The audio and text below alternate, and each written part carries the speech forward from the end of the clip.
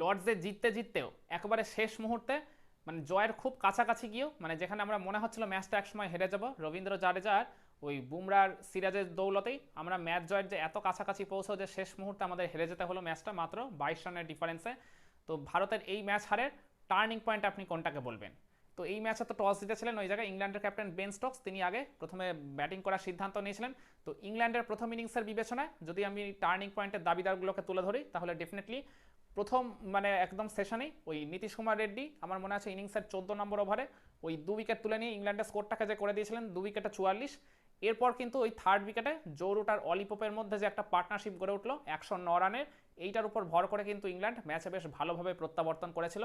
নাহলে এই পার্টনারশিপটা যদি না হতো ওই জায়গায় যদি আরও একটা বা দুইটা উইকেট চলে যেত তাহলে ইংল্যান্ডের কিন্তু ওই এজব্যাস্টন টেস্টের 2 ইনিংসেই শুরুর দিকে যেমন ব্যাটিং বিপর্যয় হয়েছিল সেরকম কিন্তু একটা আশঙ্কা তৈরি হয়েছিল। তো সেটাই হতে দেয়নি ওই জো রুট আর অলি পোপের মধ্যেকার থার্ড উইকেটে ওই 109 রানের জুটি। তো এই পার্টনারশিপটাকে আপনি এই ম্যাচের টার্নিং পয়েন্টের দাবিদার হিসেবে তুলে ধরতে পারেন। কিংবা এরপর বলতে পারেন ওই জো রুট আর ওই বেন স্টোকসের মধ্যে ওই যে পার্টনারশিপ গড়ে উঠলো আবার একটা 88 রানের, মানে ফিফথ উইকেটের ওই পার্টনারশিপটা না হলেও কিন্তু আমি মনে করি ইংল্যান্ডকে ভারত আরও কম রানই বেঁধে ফেলতে পারতো ডেফিনেটলি। মানে ওই অলিপোপ আর জো রুটের পার্টনারশিপটা ভেঙে যাওয়ার পরপরই কিন্তু ওই হ্যারি ব্রুককেও ফিরিয়ে দিয়েছিলেন জাসপ্রীত বুমরা। তো ওই জায়গা থেকে 88 রানের এই পার্টনারশিপটা যেটা স্টোকস আর রুটের মধ্যে গড়ে উঠলো এটার জন্য কিন্তু ইংল্যান্ড প্রথম দিনের খেলাটা বেশ একটা ডিসেন্ট পর্যায়েতেই শেষ করেছিল। তো এই জুটিটাও এই ম্যাচের টার্নিং পয়েন্টের দাবিদার হিসেবে উঠে আসতে পারে। কিংবা জো রুট যে 104 রানের ফ্যান্টাস্টিক ইনিংসটা খেললেন তার ওই একটা ইনিংসের দৌলতেই তিনি এই দুইটা খুব গুরুত্বপূর্ণ পার্টনারশিপ গড়ে তুলেছিলেন। তো জো রুটের এই ইনিংসটাকেও কিন্তু এই ম্যাচের টার্নিং পয়েন্টের দাবিদার হিসেবে তুলে ধরতেই হবে। আর এছাড়া আপনি বলতে পারেন ওই দ্বিতীয় দিনের খেলাটা শুরু হতে না হতেই জাসপ্রীত বুমরা দৌলতেই আর কি বলতে পারেন ইংল্যান্ডের স্কোরটা হয়ে গেছিল ওই মানে 4 উইকেটে ওই 251, যেখানে আর কি তারা আগের দিন শেষ করেছিল সেখান থেকে হয়ে গেছিল অল অফ আ সাডেন 7 উইকেটে 271। এইখান থেকে ওই অষ্টম উইকেটে যে একটা পার্টনারশিপ গড়ে উঠলো ওই ব্রাইডন কার্স আর জেমি স্মিথের মধ্যে 84 রানের, এই জুটিটার উপর ভর করে ইংল্যান্ড আবারও ম্যাচে মানে দারুণভাবে কামব্যাক করলো। শুধু তো কামব্যাকই করলো না, তার একটা বেশ হ্যান্ডসাম টোটালেও পৌঁছে গেল। তো এই পার্টনারশিপটা যদি না হতো ডেফিনেটলি ভারতের মানে পকেটে কিন্তু ম্যাচটা থাকতো বলে আমি মনে করি। তো এই 84 রানের পার্টনারশিপটা যেটা 8 উইকেটে গড়ে উঠলো সেটাও কিন্তু এই ম্যাচের টার্নিং পয়েন্ট হওয়ার অনেক বড় দাবিদার। আর এরপর যদি আমরা ভারতের প্রথম ইনিংসের বিবেচনায় টার্নিং পয়েন্টের দাবিদারগুলোকে তুলে ধরার চেষ্টা করি তাহলে ডেফিনেটলি এখানে প্রথমেই চলে আসবে ওই ঋষভ পান্তের রান আউট। কে এল রাহুল আর ঋষভ পান্তের মধ্যে একটা চমৎকার 141 রানের পার্টনারশিপ গড়ে উঠেছিল। এদের দুজনের হাত ধরে থার্ড ডে ফার্স্ট সেশনটা টিম ইন্ডিয়া পুরোপুরি ডমিনেটিং ওয়েতেই খেলাটা শেষ করেছিল। মানে ঋষভ পান্ত 74 রান করে ক্রিজে পুরোপুরি সেট হয়ে গেছিলেন, কে এল রাহুল সেঞ্চুরির প্রায় মুখেই দাঁড়িয়েছিলেন আর 2 রান বাকি ছিল। কিন্তু কে এল রাহুল ওই জায়গায় ওই মানে লাঞ্চের আগেই তিনি সেঞ্চুরি করার জন্য এতই তাড়াহুড়ো করলেন ঋষভ পান্তকে আর কি খুবই একটা রিস্কি ওয়েতে তিনি সিঙ্গেলটা নিতে বললেন। ওই কে এল রাহুলের ভুল কলটার জন্য ঋষভ পান্ত যে রিস্ক নিতে গিয়ে আর কি তিনি যে রান আউটটা হয়ে গেলেন, আর ওইখানে ভুল কলটা যেহেতু কে এল রাহুল করেছিলেন তার ওই সেঞ্চুরি করার অতিরিক্ত তাড়াহুড়োর জন্য, তো কে এল রাহুলের ওই ভুল কলে ঋষভ পান্তের রান আউটটাকে আপনি কিন্তু ডেফিনেটলি এই ম্যাচের টার্নিং পয়েন্টের অনেক বড় দাবিদার হিসেবে তুলে ধরতে পারেন। কারণ ওই উইকেটটা পড়ার পরই কিন্তু ভারতের ইনিংসের ছন্দপতনটা ঘটেছিল। তারপরেও যদি কয়েকটা পার্টনারশিপ গড়ে উঠেছিল ঠিকই, কিন্তু ঋষভ পান্ত যদি ক্রিজে আর কয়েকটা ওভার কাটাতেন তাহলে ডেফিনেটলি তিনি তো সেঞ্চুরিটা পেয়ে আসতে পারতেন। আর মানে কে এল রাহুল ঋষভ পান্তের জুটিটাও আরও বড় হতো, ভারত মানে একদম নিশ্চিতভাবেই প্রথম ইনিংসে ইংল্যান্ডের থেকে বেশ কিছু রানের লিড নিয়ে ফেলতে পারতো। তো ঋষভ পান্তের ওই রান আউটটাকে আমি এই ম্যাচের ডেফিনেটলি টার্নিং পয়েন্টের অনেক বড় দাবিদার হিসেবে তুলে ধরবো। আর এরপর আপনি বলতে পারেন ওই রবীন্দ্র জাডেজা আর ওয়াশিংটন সুন্দরের মধ্যে একটা 50 রানের কিন্তু জুটি হয়ে গেছিল 7th উইকেটে।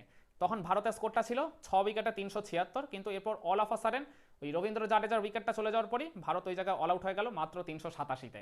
তো এই যে ভারত যে লাস্ট 4টা উইকেট খোয়ালো মাত্র 11 রানের মধ্যে, এই যে শেষের দিকের একটা আবার ব্যাটিং কোলাপস হলো, এটাকেও আপনি ডেফিনেটলি এই ম্যাচের টার্নিং পয়েন্টের দাবিদার হিসেবে তুলে ধরতেই পারেন। এবার যদি আমরা ইংল্যান্ডের সেকেন্ড ইনিংসের বিবেচনায় টার্নিং পয়েন্টের দাবিদারটা একটু দেখার চেষ্টা করি তাহলে ওই মানে ইংল্যান্ডেরও কিন্তু একটা সময় মানে এই চতুর্থ দিনের প্রথম সেশনের স্কোরটা হয়ে গেছিল 4 উইকেটে 87, বেশ তখন তারা মানে প্রবল চাপে ঢুকছিল। কিন্তু এই জায়গায় 5th উইকেটে ওই জো রুট আর বেন স্টোকসের মধ্যে আবারও যে একটা 67 রানের ফাইট ব্যাক পার্টনারশিপ গড়ে উঠলো, এই জুটিটার উপর ভর করে ইংল্যান্ড একটা বেশ ডিসেন্ট টোটালে তাদের ওই মানে সেকেন্ড ইনিংসের স্কোরটাকে নিয়ে চলে গেল, যে কারণে কিন্তু তারা মানে 200-র কাছাকাছি মানে পর্যায়ে কিন্তু নিয়ে চলেই গেল শেষমেশ তাদের এই সেকেন্ড ইনিংসের স্কোরটাকে। তো তার জন্য কিন্তু অনেক বড় রোল প্লে করেছে এই জো রুট আর বেন স্টোকসের ওই 67 রানের জুটিটা। তো এই জুটিটাকেও আপনি এই ম্যাচের টার্নিং পয়েন্টের দাবিদার হিসেবে তুলে ধরতে পারেন। আর এরপর যদি ভারতের সেকেন্ড ইনিংসের বিবেচনায় যদি আমরা কাউন্ট করার চেষ্টা করি তাহলে এই 193 চেস করতে গিয়ে কে এল রাহুল আর করুণ নায়ারের মধ্যে একটা 36 রানের জুটি গড়ে উঠেছিল, মনে হচ্ছিল এই দুজন হয়তো নট আউট থেকেই ওই চতুর্থ দিনের খেলাটা শেষ করতে যাবে। কিন্তু ব্রাইডন কার্সের ওই মানে দিনের একদম শেষ বেলায় তিনি পরপর 2 ওভারে যে 2টা উইকেট তুলে নিয়েছিলেন, ওই সেট হয়ে যাওয়া করুণ নায়ারের উইকেট তুলেছিলেন, আর তার ঠিক মানে নিজের ব্যক্তিগত পরের ওভারেই মানে ভারতের এই লাইন আপের সবচেয়ে আর কি ফর্মে থাকা ব্যাটার ক্যাপ্টেন শুভমান গিলের উইকেটটা যখন তুলেছিলেন, এই মানে পরপর 2 ওভারে ব্রাইডন কার্সের 2টা উইকেট তুলে মানে চতুর্থ দিনের খেলার একবারে শেষ বেলায় ভারতের ইনিংসে যে একবারে বড়সড় একটা ধাক্কা দিলেন। আর তারপর তো বলতে গেলে দিনের একদম লাস্ট ডেলিভারিতে ওই নাইট ওয়াচম্যান হিসেবে নামা আকাশদীপের উইকেটটাও তুলে নিয়েছিলেন ওই বেন স্টোকস। মানে শেষ বেলায় ভারত যে তিনটা উইকেট খুঁয়ে ফেললো মাত্র ওই 20-25 মিনিটের মধ্যে, এটাকে ডেফিনেটলি আপনি এই ম্যাচের অনেক বড় টার্নিং পয়েন্টের দাবিদার হিসেবে তুলে ধরতে পারেন। কারণ আমরা যেখানে মনে হচ্ছিল যে দিনের খেলাটা শেষ করব 1 বা খুব বেশি হলে 2 উইকেট খুঁয়ে, সেখানে আমরা আর কি চতুর্থ দিনের খেলাটা শেষ করি 4 উইকেটে 58 এই অবস্থায়। ওখানেই কিন্তু বলতে গেলে টিম ইন্ডিয়ার ওভারঅল যে বডি ল্যাঙ্গুয়েজ বলুন বা ওই পজিটিভ মেন্টালিটি বলুন, সেটা কিন্তু অনেকটাই ব্যাকফুটে চলে গেছিলো। আর এরপর আপনি বলতে পারেন ওই লাস্ট দিনের খেলাটা যখন শুরু হলো, হতে না হতেই ওই 7 ওভারের মধ্যে ভারত যে মাত্র 24 রানের ভেতরে 3টা উইকেট খুঁয়ে ফেললো। ওই 58-4 থেকে তারা অল অফ আ সাডেন যে হয়ে গেল ভারতের স্কোরটা 7 উইকেটে 82। এই 3 উইকেটের মধ্যে ঋষভ পান্তের উইকেট ছিল, সেট হয়ে যাওয়া KL রাহুলের উইকেট ছিল, আর তারপর ওয়াশিংটন সুন্দরের উইকেট ছিল। এই 3টা বড় বড় উইকেট খুঁয়ে ভারত কিন্তু ওইখানেই ম্যাচ জয়ের আশাটা অনেকটাই আর কি স্তীমিত হয়ে গেছিল। তারপরে যদিও চান্স ক্রিয়েট হয়েছিল, কিন্তু এই 3জন বড় ব্যাটারের উইকেট যখন আপনি ওই মাত্র 7 ওভারের মধ্যেই খুঁয়ে ফেলবেন দিনের খেলা শুরু হতে না হতেই, সেটাই তো আর কি বলতে গেলে টিম ইন্ডিয়াকে অনেকটাই ব্যাকফুটে ঠেলে দিয়েছিল। তো এই ঘটনাটাকেও আপনি এই ম্যাচে ডেফিনেটলি টার্নিং পয়েন্টের দাবিদার হিসেবে তুলে ধরতেই পারেন। কিন্তু আমার কাছে এই সব কিছু পেরিয়ে এই ভারত আর ইংল্যান্ডের মধ্যেকার লর্ডস টেস্টে যেটা আলটিমেট টার্নিং পয়েন্ট মনে হয় কোনটা জানেন? সেটা হচ্ছে ইংল্যান্ডের প্রথম ইনিংসে ওই জেমি স্মিথের ক্যাচটা যখন ছেড়ে দিয়েছিলেন KL রাহুল। ওই মোহাম্মদ সিরাজ একটা খুব ভালো চান্স ক্রিয়েট করেছিলেন ওই জায়গায়। জেমি স্মিথ তখন মাত্র 5 রানে ব্যাটিং করছিলেন, ইংল্যান্ডের স্কোরটা তখন সম্ভবত 275 বা 76 রানে 7 উইকেট ছিল। ওই জায়গায় সেকেন্ড স্লিপে দাঁড়িয়ে KL রাহুল যে ওই ক্যাচের সহজ সুযোগটা মিস করলেন, হাতের মুঠোর মধ্যে পেয়েও সেটাকে তিনি যে তালুবন্দি করতে পারলেন না, ওই জায়গায় যে একটা বিগ লাইফ পেয়ে গেলেন জেমি স্মিথ। তখন তিনি 5 রানে ব্যাটিং করছিলেন, এরপর তিনি নিজের ব্যক্তিগত স্কোরটাকে নিয়ে চলে যান 51-তে, একটা চমৎকার হাফ সেঞ্চুরি যেমন করেছেন। আর আমি তো আগেই বললাম ওই ব্রাইডন কার্সকে সঙ্গে নিয়ে তিনি 84 রানের একটা ফাইট ব্যাক পার্টনারশিপ করে ইংল্যান্ডের প্রথম ইনিংসের টোটালটাকে একটা বেশ ডিসেন্ট পর্যায়ে 387-তে পৌঁছে দিয়ে গেছিলেন।